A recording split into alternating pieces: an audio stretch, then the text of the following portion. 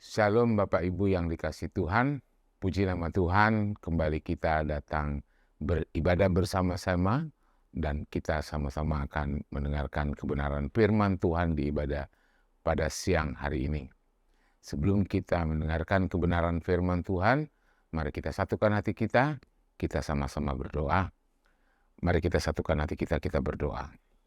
Bapa yang di surga, terima kasih buat siang hari ini. Kalau kami datang kembali ke hadapan Tuhan, kami bersama-sama beribadah, memuji, memuliakan nama Tuhan. Terlebih-lebih kami akan mendengarkan kebenaran firman Tuhan. Tuhan, urapi hamba-Mu yang akan menyampaikan kebenaran firman Tuhan ini, supaya setiap kata kalimat yang hamba-Mu sampaikan benar-benar keluar merupakan isi hati Tuhan. Untuk memberkati jemaat-Mu yang pada siang hari ini mendengarkan kebenaran firman Tuhan ini ya Bapa. Kau jamah juga anak-anak-Mu, umat-Mu yang mendengarkan sabda-Mu pada siang hari ini. Berkati mereka di tempat mereka masing-masing. Biar kuasa Tuhan mengalir, jamahan Tuhan menguasai hati pikiran kami semua, menguasai umat-Mu yang mendengarkan firman Tuhan pada siang hari ini. Roh Kudus mengalirlah di setiap kami. Roh Kudus menjamah hati pikiran kami, jamah tempat kami masing-masing ya Bapa. Segala intervensi kuasa-kuasa roh jahat yang mengganggu konsentrasi kami untuk kami datang kepada Tuhan, kami ikat tolak hancurkan kuasanya dalam nama Yesus Kristus. Terima kasih ya Tuhan, kami serahkan ibadah pada siang hari ini ke dalam tangan-Mu, hanya di dalam nama Yesus Kristus. Kami sudah berdoa dan mengucap syukur. Haleluya. Amin. Sekali lagi Bapak Ibu yang dikasih Tuhan, salam, puji nama Tuhan. Kalau kita kembali bisa bersama-sama beribadah pada siang hari ini, itu semua karena kasih dan kebaikan Tuhan, kemurahan Tuhan yang membuat kita dapat mendengarkan firman Tuhan. Ketika firman Tuhan ditaburkan, biarlah firman itu semakin bertumbuh di dalam hidup kita dan kita semakin berubah di dalam tindakan kita, perilaku kita, kehidupan kita, dan semakin kita mengasihi Tuhan dalam hidup kita. Bapak Ibu yang dikasihi Tuhan, pada siang hari ini saya akan membagikan firman Tuhan yang tertulis di Yakobus pasal yang kedua, ayatnya yang ke-14 sampai yang ke-26. Apakah firman yang akan saya bagikan itu ialah judul perikop di dalam Injil ini adalah iman tanpa perbuatan pada hakikatnya adalah mati. Saya akan mengambil judulnya adalah iman dan perbuatan. Bapak Ibu yang dikasihi Tuhan, kalau kita berbicara tentang iman, banyak sekali dari kita mengatakan, aku beriman ketika kita sakit, kita beriman bahwasannya kita sembuh dari segala sakit penyakit kita. Itu sih nggak masalah. Kita artinya percaya. Iman itu adalah percaya akan kesembuhan walaupun kadang-kadang kesembuhan itu mustahil terjadi karena dokter mungkin sudah vonis, sudah sangat parah sakit penyakit kita. Itulah iman. Artinya kita tidak bisa bayangkan, kita tidak bisa pikirkan bahwasanya akan terjadi, tetapi dengan kepercayaan kita yang sungguh-sungguh kepada Tuhan, itu bisa terjadi. Namun yang mau saya bicarakan di sini adalah tentang bagaimana kita beriman, bukan yang kita bahas adalah masalah kita beriman.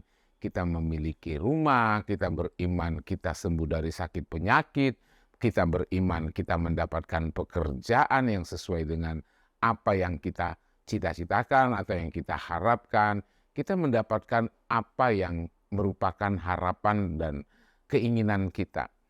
Bukan hal ini yang akan saya bahas pada siang hari ini, namun iman yang akan saya bahas ini adalah bagaimana kita percaya kepada Yesus Tuhan di dalam hidup kita. Nah, tapi satu hal bukan cuma iman yang saya akan bicarakan ini, namun iman dan perbuatan. Nah, ini yang mungkin Bapak, Ibu, Saudara-saudara sudah sering mendengar tentang iman dan perbuatan ini. Hari ini kita mau bahas kembali dan kita sama-sama lebih mengerti lagi akan iman dan perbuatan. Kita lihat ayat 14, apakah gunanya saudara-saudaraku jika seorang mengatakan bahwa ia mempunyai iman, padahal ia tidak mempunyai perbuatan? Dapatkah iman itu menyelamatkan dia? Bapak Ibu yang dikasih Tuhan, sebagai orang Kristen kita memang punya keyakinan, iman kepada Kristus Yesus adalah Tuhan kita. Itu iman yang muncul, iman yang dari dasar karena memang mungkin sebagian orang dari kecil sudah dididik untuk mengimani Yesus itu adalah Tuhan dan Juru Selamat. Namun bertambahnya usia, terus bertambahnya kita di dalam kehidupan bersama Tuhan, iman itu semakin bertumbuh, semakin keyakinan kita percaya karena kita banyak belajar tentang kebenaran firman Tuhan, yaitu perkataan Tuhan yang kita imani itu sungguh-sungguh adalah perkataan Tuhan. Nah, jadi iman yang diajarkan di sini adalah jika seorang mengatakan bahwa ia mempunyai iman, seorang mengatakan ia mempunyai iman, padahal ia tidak mempunyai perbuatan. Dapatkah iman itu menyelamatkan dia? Nah, kita seringkali mendengar bahwasanya aku percaya kepada Kristus adalah kebenaran. Seperti firman Tuhan, kata Yesus, akulah jalan dan kebenaran dan hidup. Barang siapa yang percaya kepadaku tidak binasa, melainkan beroleh hidup yang kekal. Orang Kristen seluruhnya beriman percaya bahwa Yesus itu adalah satu-satunya jalan kebenaran dan hidup. Kita beriman, ya, kita beriman kepada Kristus yang menyelamatkan kita. Namun ketika kita beriman secara rohani kita bahwa Yesus itu menyelamatkan kita, apakah dengan iman saja itu bisa? Apakah dengan iman saja? Mungkin orang berkata, orang secara teologis berkata bahwasanya orang yang percaya Yesus pasti akan selamat. Nah, ini yang akan kita pelajari. Apakah orang yang benar-benar percaya kepada Yesus akan diselamatkan? Nah, masalahnya iman mereka, percaya mereka itu apakah hanya sekedar di bibir ataukah masuk dalam hati tapi tidak ada perbuatan. Bagaimana orang mau melihat imannya itu bekerja tanpa ada perbuatannya? Jadi dikatakan di sini ya iman harus ada perbuatan. Perbuatan tanpa iman pun nggak bisa. Karena di dalam kekristenan, di dalam firman Tuhan mengatakan tidak ada yang bisa diselamatkan tidak mungkin orang bisa selamat hanya karena perbuatan tanpa iman. Sebaliknya orang mengatakan beriman, tetapi tidak ada perbuatan yang dikerjakannya. Saya mengasihi Yesus, saya mencintai Yesus, saya beriman kepada Yesus, saya percaya Yesus itu adalah Tuhan. Tetapi apa yang Tuhan Yesus lakukan, perbuatan-perbuatan Yesus yang kerjakan, kita nggak mengerjakan apa-apa. Apakah itu bisa diselamatkan? Nah, ini yang akan kita bahas itu. Dikatakan di ayat 15, jika seorang saudara atau saudari tidak mempunyai pakaian dan kekurangan makanan sehari-hari, dan seorang dari antara kamu berkata, selamat jalan, kenakanlah kain panas dan makanlah sampai kenyang. Tapi ia tidak memberikan kepadanya apa yang perlu bagi tubuhnya. Apa gunanya itu? Nah, jelas sekali dikatakan di sini, jika seorang saudara atau saudari tidak punya pakaian dan kekurangan makan sehari-hari, seorang dari antara kamu berkata, selamat jalan, kenakanlah kain panas dan makanlah sampai kenyang. Tapi ia tidak memberikan kepadanya apa yang perlu bagi tubuhnya, apakah gunanya itu? Artinya begini Bapak Ibu, kita bisa aja dia beriman bahwasanya ketika dia tidak mempunyai pakaian, oh ya diberiman nanti dapat makanan, dapat pakaian. Nah, apalagi kita bilang, kamu berdoalah kalau kamu nggak punya makanan. Kamu berdoalah, seseorang kita lihat dia tidak bisa makan, atau dia tidak mempunyai pakaian. Lalu kita bilang, kamu beriman supaya kamu dapat makanan. Tetapi kita tidak melakukan perbuatan kita. Apa yang harus kita lakukan? Yesus sendiri ketika dia melakukan perjalanan hidupnya, ketika dia melayani orang-orang yang lapar, dia nggak langsung bilang bahwasanya beriman kamu akan dapat makanan. Tetapi dia mengerjakan perbuatan. Bahkan ketika dia berkhotbah di bukit, dia banyak orang sampai dia memberi makan 5.000, bukan berarti notabene Tuhan Yesus mengajarkan langsung turun dari langit, langsung turun dari surga bahwasanya ada makanan, ada roti, ada ikan. Namun dia melihat dengan perbuatan dia minta berapa yang ada padamu, 5 roti dan 2 ikan. Nah, dia mengerjakan apa yang menjadi bagian dia. Dia mencontohkan ada perbuatan yang dikerjakan. Memang ada iman sekaligus ada yang dia lakukan. Artinya ada tindakan, ada perbuatan. Nah, seringkali orang mungkin berpikir ketika dia sakit, orang mengatakan, ya udah kamu beriman saja akan sembuh, kamu berdoa saja akan sembuh. Nggak masalah, itu iman yang sungguh-sungguh luar biasa. Namun Tuhan juga tidak melarang ada perbuatan yang harus dikerjakan. Ketika saya berdoa Tuhan sembuhkan, tapi ada tindakan nggak masalah toh. Nggak ada yang bermasalah di situ, bukan menjadi cercaan kita. Kamu nggak beriman, kenapa kamu harus pergi berobat? Bukan itu menjadi masalah. Dia lakukan bagian dia secara manusianya, secara fisiknya dia lakukan. Yang benar dia pergi untuk berobat ke dokter, bukan ke tempat yang lain ya. Bukan ke tempat yang salah, bukan yang tidak sesuai dengan firman. Tetapi memang tidak salah juga dia ketika dia beriman, tetapi dia memiliki perbuatan. Sama saja kita mengatakan sama orang yang membutuhkan makanan, kamu beriman kamu akan dapat. Lalu kita punya makanan, kita nggak berbuat buat dia. Tidak ada tindakan yang kita kerjakan. Nah ini harus match. Artinya harus sejalan antara iman dan perbuatan.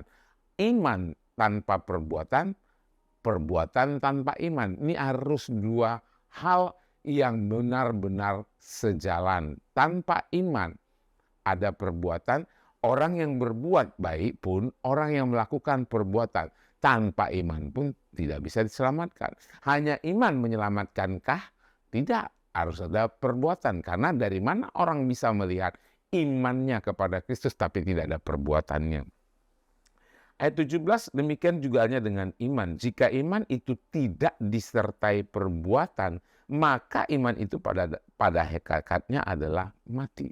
Jadi orang yang mengatakan bahwasanya aku beriman namun tidak ada perbuatan yang dia kerjakan, dikatakan firman ini adalah iman yang mati. Bagaimana orang mau melihat, wah aku percaya kepada Kristus, aku beriman kepada Yesus, sungguh-sungguh hatiku beriman. Tetapi tidak ada perbuatan yang dikerjakan.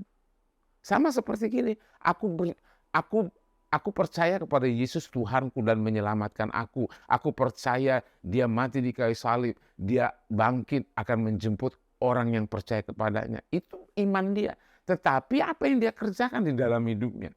Apa yang perbuatan-perbuatan yang dilakukannya? Tuhan udah nyontohkan, Tuhan udah lakukan, dia kasih sampelnya, dia kasih contohnya. Ketika dia melakukan perbuatan-perbuatan, ketika orang buta meminta supaya didoakan, ada yang dia tindak lanjuti, ada yang dia lakukan. Terkadang dia ambil tanah liat, dia gosok-gosok, dia kasih, dia usap dengan matanya, kadang-kadang diludahin, kadang-kadang dengan berbagai cara. Tuhan lakukan perbuatan itu. Ketika orang lapar dia kasih makan. Banyak perbuatan-perbuatan yang Tuhan contohkan. Nah sama seperti orang Kristen. Ke gereja nggak mau, nggak ada perbuatannya. Tetapi dia katakan dia beriman. Dia tidak mau beribadah. Dia katakan dia beriman kepada Kristus. Tetapi untuk datang beribadah dia nggak mau. Untuk datang ke gereja dia nggak mau. Katanya dia beriman. Dia beriman percaya bahwasanya Yesus satu-satunya Allah. Tetapi dia tidak mau datang beribadah kepada Tuhan. Nah inilah yang tanpa perbuatan, artinya hanya cuma di mulut. Jadi kita semua yang mendengarkan firman ini harus jelas-jelas benar-benar mengerti ketika kita katakan aku beriman dan percaya kepada Yesus Kristus Tuhan. Namun kita tidak mengerjakan apa-apa, perbuatan kita tidak ada yang kita kerjakan. Itu sama saja dikatakan adalah iman yang mati. Kalau iman yang mati berarti tidak berguna apa-apa. Udah mati dikubur saja, gak ada gunanya. Jadi jangan kita langsung berpikir bahwasanya ketika kita percaya kepada Yesus Kristus Tuhan, lalu kita diselamatkan. Bukan itu. Karena Yesus mati di kayu salib. Kita beriman kepada Dia. Namun Tuhan mau ada yang harus kita buat, harus ada yang kita lakukan di dalam hidup kita. Dikatakan lagi sini, tapi mungkin ada orang berkata, padamu ada iman dan padaku ada perbuatan. Nah, jadi mungkin masing-masing bagian orang, oh aku punya iman, tapi kamu ada perbuatan. Apakah satu terpisah satu sama lain itu baik? Ya nggak baik juga. Karena kalau perbuatan tanpa iman dia nggak bisa juga selamat. Iman tanpa perbuatan juga iman yang mati. Nah, jadi harus satu padanan bahwasanya iman dan perbuatan ini seiring sejalan. Tanpa seiring sejalan, pasti itu tidak ada gunanya. Dikatakan, tunjukkanlah kepadaku imanmu itu tanpa perbuatan, dan aku akan menunjukkan kepadamu imanku dari perbuatan-perbuatanku. Tunjukkan kepadamu imanmu tanpa perbuatan. Bagaimana kita mengatakan iman itu kan secara rohani ya, nggak bisa kelihatan, nggak bisa ada di dalam orang melihat. Oh iman, aku beriman, itu kan di dalam hati kita.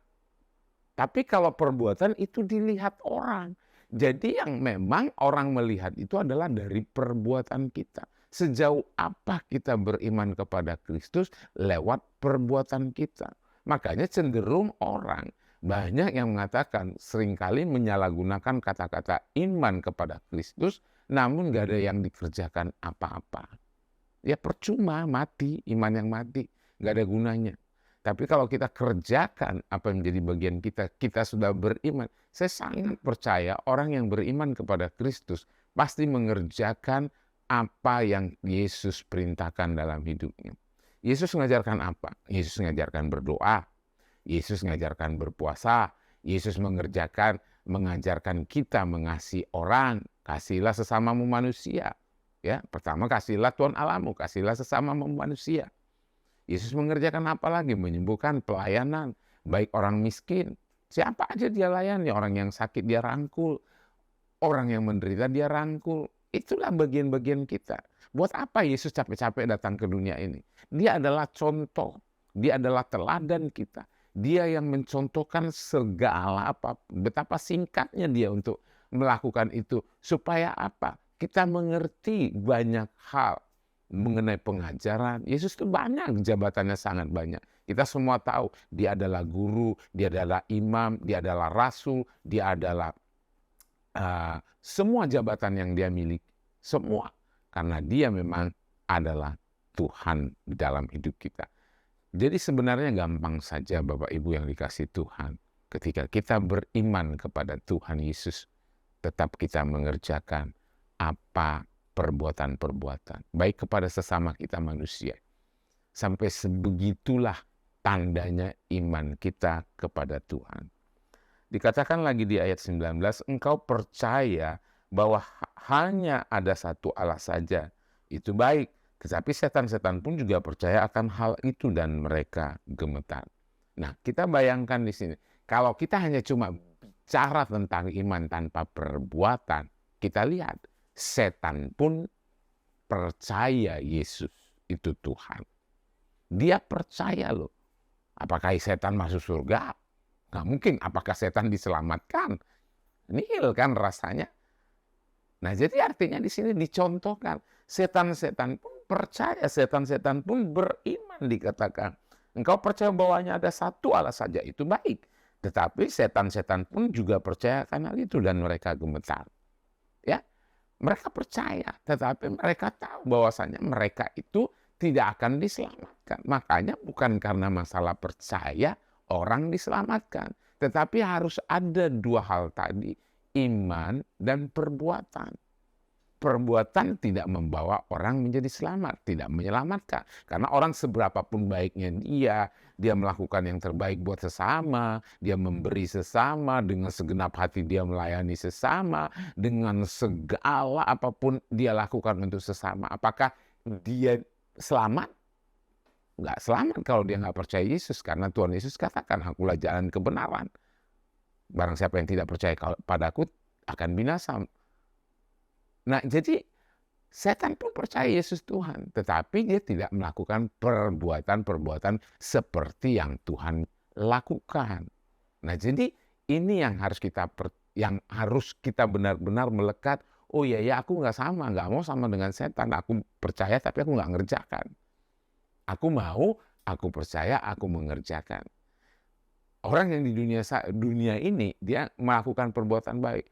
Saya pernah Bapak Ibu yang dikasih Tuhan, orang bertanya, lalu bagaimana orang yang sudah berbuat baik, baik banget terhadap sesama, dia care banget, dia peduli dengan orang miskin, dia memberikan hartanya, baik banget.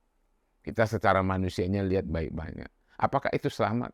Sudah dikatakan di firman ini, perbuatan saja tidak menyelamatkan, seberapapun besar perbuatan baik yang dikerjakan orang tanpa iman kepada Kristus tidak selamat. Tadi sebaliknya, setan percaya iman, tapi perbuatannya tidak perbuatan Tuhan, tidak perbuatan Kristus. Itu pun imannya mati, nggak ada gunanya. Nah, jadi ini yang mau saya tegaskan buat kita semua pada siang hari ini.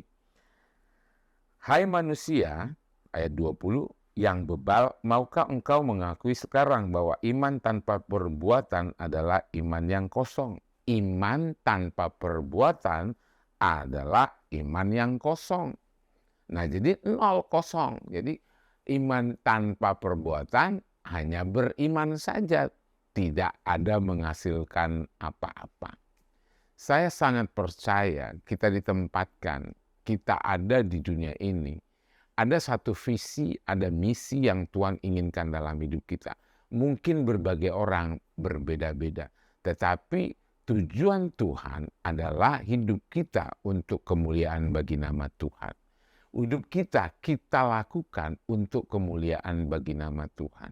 Bukan hidup kita untuk kita saja, untuk diri kita, tetapi hidup kita persembahkan untuk kemuliaan bagi nama Tuhan. Berbagai cara bisa kita kerjakan. Nggak harus semuanya orang itu menjadi pengkhotbah. Nggak semua orang itu harus jadi pengajar. Nggak semua orang itu menjadi penasehat. Mungkin lewat dia bernyanyi. Karena banyak orang ya yang tidak mengenal Kristus jadi beriman kepada Kristus karena mendengarkan lagu-lagu pujian kepada Tuhan Yesus.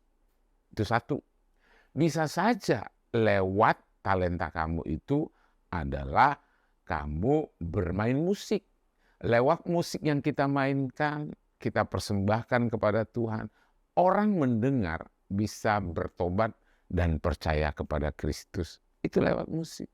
Jadi berbagai hal. Ada orang lewat uangnya, lewat hidupnya, lewat mungkin nasihatnya, dan banyak hal manusia itu berguna di mata Tuhan.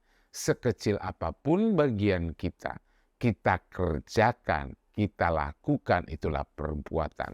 Tanpa itu semua, Anda katakan Anda beriman kepada Kristus, tapi tidak mengerjakan apa-apanya, cuma berdiam, dan dia merasa bahwasanya aku cukuplah beriman kepada Kristus, aku lakukan untuk hidupku sendiri. Itu dikatakan iman yang kosong. Karena Yesus pun mengerjakan bagian-bagian tersebut. Ayat 21, bukankah Abraham Bapa kita dibenarkan karena perbuatan-perbuatannya ketika ia mempersembahkan Ishak anaknya di atas Mizpah.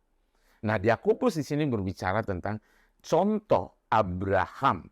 Dia dibenarkan loh. Tidak ada seorang pun yang benar ya, karena memang Tuhan yang membenarkan. Dibenarkan karena perbuatannya. Bayangkan dia percaya kepada Allah Bapa, dia percaya kepada Tuhan, ya. Dia percaya saat itu kepada Tuhan, dia beriman. Tapi apakah dia hanya berdiam dengan imannya? Apakah kau percaya kepadaku Abraham, kamu lebih mengasihi anakmu daripada mengasihi aku? Maka dia diuji dengan cara anaknya dikorbankan Ishak. Karena dia sangat percaya, lalu dia melakukan. Nah, ini perbuatan. Dia kerjakan. Dia bawa Ishak naik ke gunung. Dia bawa, dia taruh perapian. Dia mau sembelih itu anaknya. Kalau secara manusia, Bapak Ibu, anak yang sudah dinanti-nantikan kelahirannya, dan kelahirannya pun di masa tua yang nggak mungkin lagi akan punya anak, menjadi punya anak, dia itu harus dipersembahkan, betapa mengerikan secara daging. Tapi karena iman, dia kerjakan dengan perbuatan. Namun apa yang terjadi Bapak Ibu? Nggak jadi kan? Digantikan dengan binatang yang akan dikorbankan. Nah, inilah namanya iman.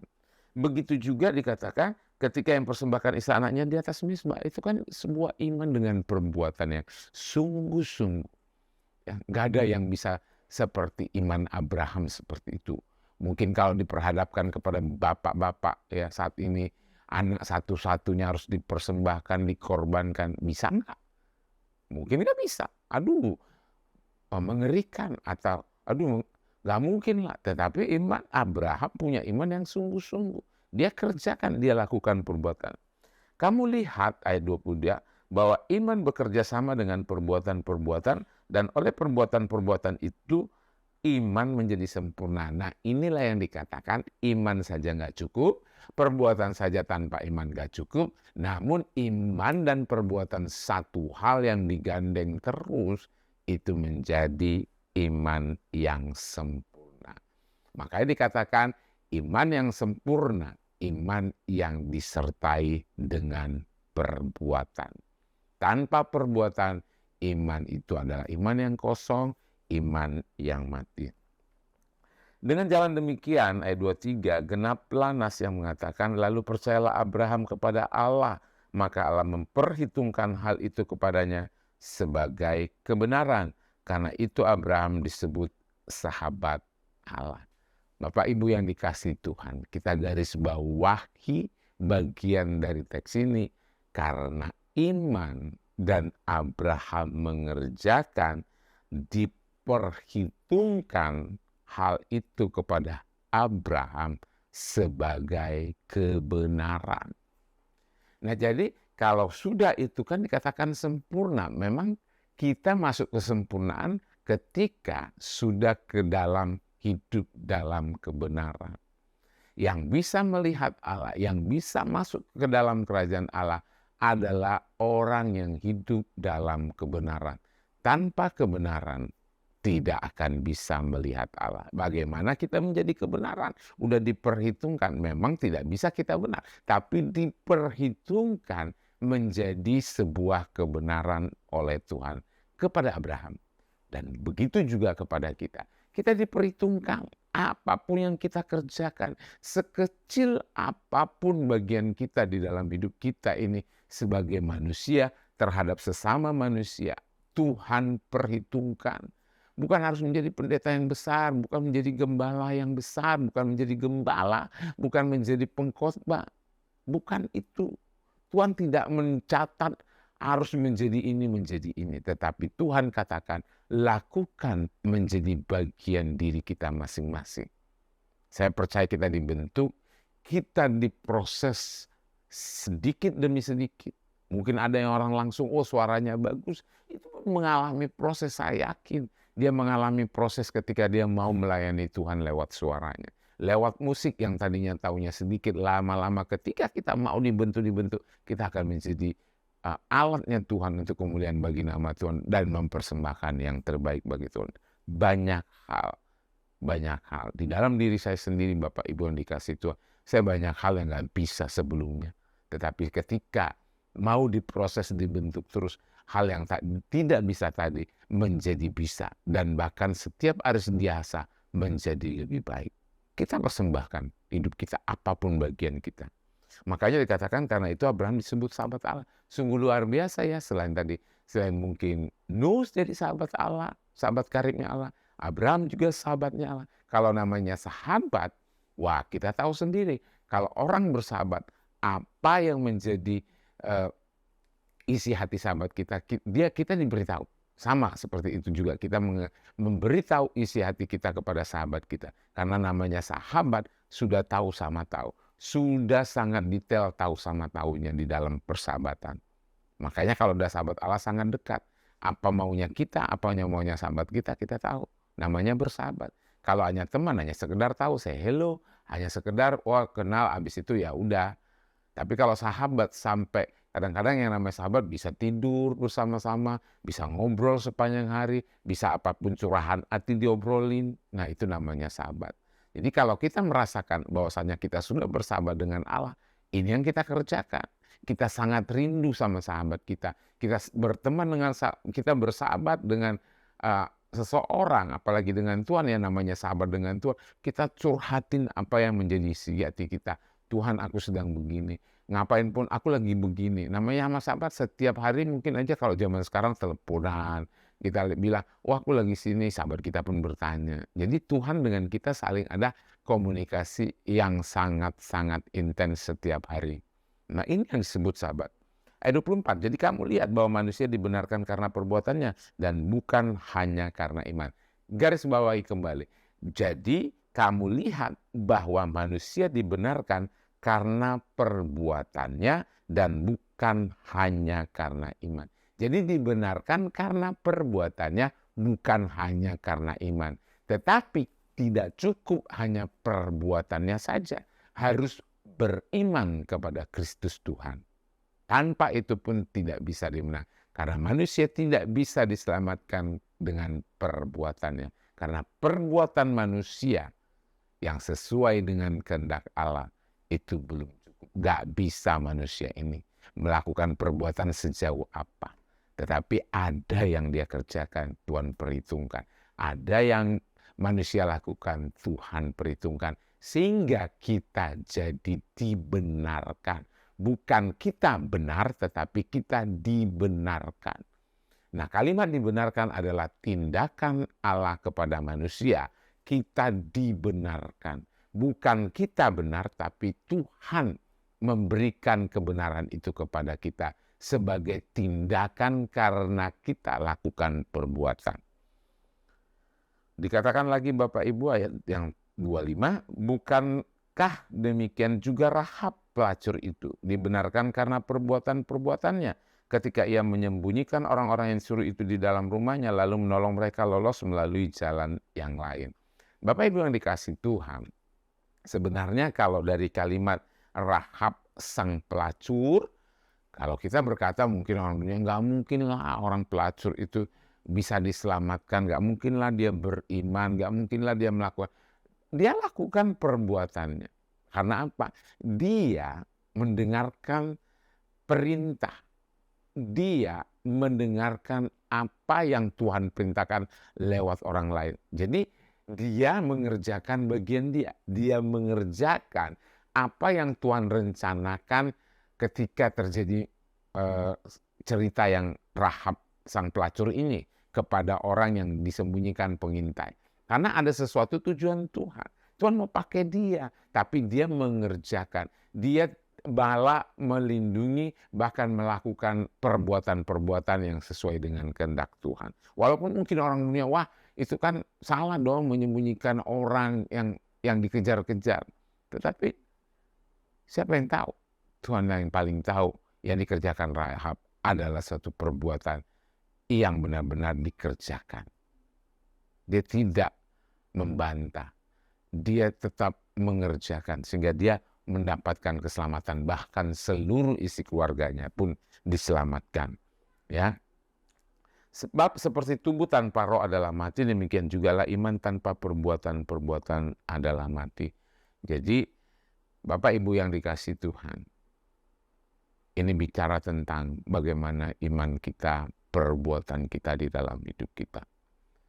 Saya punya pengalaman bahwasanya ketika saya dulu di dalam saya mengenal Kristus sebagai Tuhan, hanya percaya bahwasanya Yesus menyelamatkan aku, Yesus mati di kayu salib untuk menembus segala dosaku. Itu hal yang baik, itu langkah awal yang baik. Ketika itu saya hanya seperti itu. Tetapi seringkali saya tidak mengerjakan. Saat saya mengenal Yesus, saya tidak mengerjakan apa yang Yesus perintahkan dalam hidup saya. Saya hidup di dalam dosa, saya bergaul dengan dosa, saya bahkan menghidupi mungkin bisa jadi hidup di dalam dosa saat itu. Tetapi Tuhan mau saya bukan hanya percaya saja kepada Tuhan Yesus, tetapi Tuhan mau saya mengerjakan bagian dari diri saya untuk mengerjakan apa yang saya kerjakan dalam hidup saya. Terutama saya benar-benar bertobat di dalam Tuhan. Harus punya perbuatan untuk tidak lagi mengerjakan dosa, tetapi mengerjakan yang benar, yang baik sesuai dengan kehendak Tuhan. bukan lagi mengerjakan yang bertentangan dengan Tuhan. Tuhan Yesus sudah ajarkan perbuatan-perbuatan apa yang kita kerjakan. Ada damai sejahtera, ada Roh Kudus, ada hati yang benar-benar beriman kepada Tuhan. Bapak Ibu yang dikasihi Tuhan, inilah firman Tuhan yang bisa saya bagikan secara singkat buat Bapak Ibu yang di rumah, yang mendengarkan kebenaran firman Tuhan. Mari kita kokohkan hati kita, percaya kepada Kristus, namun kita harus mengerjakan perbuatan-perbuatan yang Tuhan ajarkan kepada kita. Firman Tuhan ini, Alkitab yang kita baca setiap hari ini, memang tidak sekedar hanya dibaca, tetapi harus dikerjakan, dilakukan. Karena inilah perbuatan. Dikerjakan itu maksudnya adalah perbuatan yang harus kita lakukan. Ketika Tuhan perintahkan mengasihi sama manusia, apakah cuma di mulut saja? Nggak cukup di mulut. Tapi mari kita mengasihi dengan segenap hati kita. Minimal kita berdoa untuk sesama kita. Minimal kalau ada yang bisa kita beri kepada orang lain. Minimal kita menjangkau orang-orang itu. Dan banyak hal yang bisa kita kerjakan. Kalau orang katakan, beritakanlah firman Tuhan. Ceritakanlah kebaikan Tuhan. Beritakanlah kepada semua orang.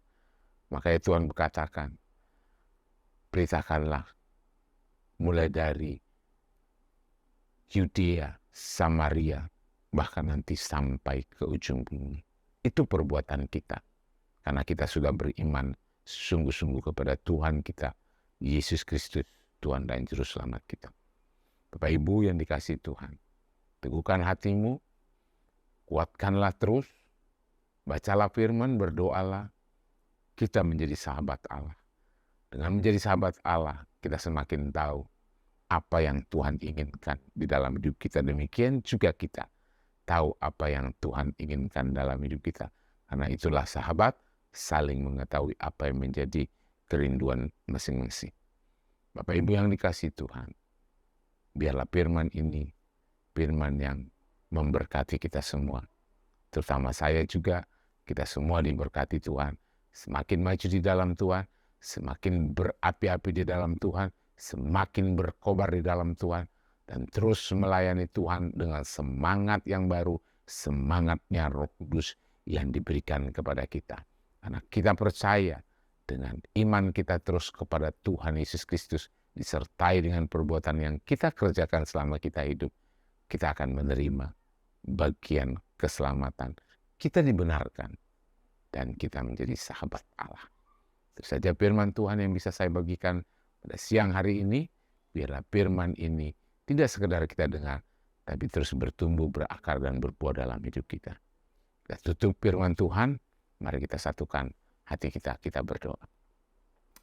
Bapa yang di surga, terima kasih buat firman-Mu yang mengajarkan kami tentang iman dan perbuatan. Tuhan, kami sungguh-sungguh dapat mengerti lebih lagi tentang bagaimana kami beriman kepada Engkau, Tuhan Yesus Kristus. Dan kami juga harus mengerjakan yang Tuhan perintahkan lewat kebenaran firman-firman yang kami baca, lewat pendengaran-pendengaran yang kami dengar dari hamba-hamba-Mu, lewat dari kebenaran yang Kau berikan, lewat perintah-Mu yang kami dengarkan. Biarlah kami terus bertumbuh, umat-Mu semakin bertumbuh dalam Tuhan. Engkau yang menjamah Tuhan. Kalau pada saat ini masih ada dari saudara-saudara yang melihat dan mendengarkan firman ini diberitakan. Kau jamah yang belum percaya, aku menumpangkan tangan. Yang belum percaya Yesus menjadi percaya Yesus. Karena dengan beriman kepada Yesus, maka dia akan diselamatkan dengan perbuatan yang dia kerjakan. Aku percaya dan menumpangkan tangan setiap orang yang belum percaya menjadi percaya lewat kebenaran firman Tuhan ini. Kalau saat ini juga masih ada yang undur daripada-Mu Tuhan, mungkin mereka merasa sesak di dalam hati, sehingga mungkin ada terpikir menyalahkan Tuhan dalam hidup mereka. Tuhan, hari ini aku berdoa menumpangkan tangan, Engkau jamah dia, pulihkan hatinya untuk dia kembali bersama-sama Tuhan. Untuk sama-sama kembali, untuk dia percaya kepadamu dengan segenap hati, terlebih-lebih mengerjakan apa yang Tuhan perintahkan bagi hidupnya. Aku serahkan seluruh jemaatmu pada siang hari ini ke dalam tanganmu. Engkau yang memberkati mereka, Engkau yang mengurapi mereka, Engkau menjamah mereka. Kalau mungkin ada yang sakit, Tuhan sembuhkan, yang lemah Tuhan kuatkan, yang terikat Tuhan bebaskan, sehingga mereka memperoleh damai sukacita di hati mereka masing-masing. Terima kasih Bapa, terima kasih Tuhan. Inilah doa-doa kami yang kami serahkan ke dalam tangan Tuhan kuasa-Mu. Dan kami mau Tuhan, Engkau mengurapi kami dengan kuasa-Mu, dan biarlah Tuhan turunkan berkat-berkat-Mu, dan kami mau berdoa bersama-sama doa Bapa kami. Bapa kami yang di surga, dikuduskanlah namamu, datanglah kerajaan-Mu, jadilah kehendak-Mu di bumi seperti di surga. Berikanlah kami pada hari ini makanan kami yang secukupnya, dan ampunilah kami akan kesalahan kami, seperti kami juga mengampuni orang yang bersalah kepada kami. Dan janganlah membawa kami ke dalam pencobaan, tetapi lepaskanlah kami daripada yang jahat, karena Engkaulah yang punya kerajaan dan kuasa dan kemuliaan sampai selama-lamanya. Amin. Mari Bapak Ibu yang dikasih Tuhan, kita mengangkat tangan, kita berdoa dan menerima berkat Tuhan. Berkat dari Allah Bapa yang di surga, cinta kasih dari Tuhan Yesus Kristus, dan kuasa Roh Kudus-Nya turun menaungi kita yang mengikuti ibadah dan yang hadir mendengarkan kebenaran firman Tuhan pada siang hari ini. Biar Roh Kudus-Nya terus menuntun kita, menguasai hati pikiran kita, membebaskan kita, dan kita menerima berkat-berkat yang berkelimpahan daripada Tuhan. Turunlah berkat Tuhan dan damai sejahtera Tuhan atas kita semua. Di dalam nama Bapa, Anak, dan Roh Kudus. Dalam nama Tuhan Yesus Kristus, terimalah berkat Tuhan dan sama-sama kita katakan, amin. Bapak Ibu yang dikasih Tuhan, demikian firman Tuhan yang bisa saya sampaikan. Biarlah firman ini menjadi berkat bagi kita semua. Dan Bapak Ibu yang dikasih Tuhan semakin giat dan semakin semangat di dalam Tuhan. Tuhan Yesus memberkati, kita akan ketemu di ibadah-ibadah selanjutnya. Tuhan Yesus berkati, shalom.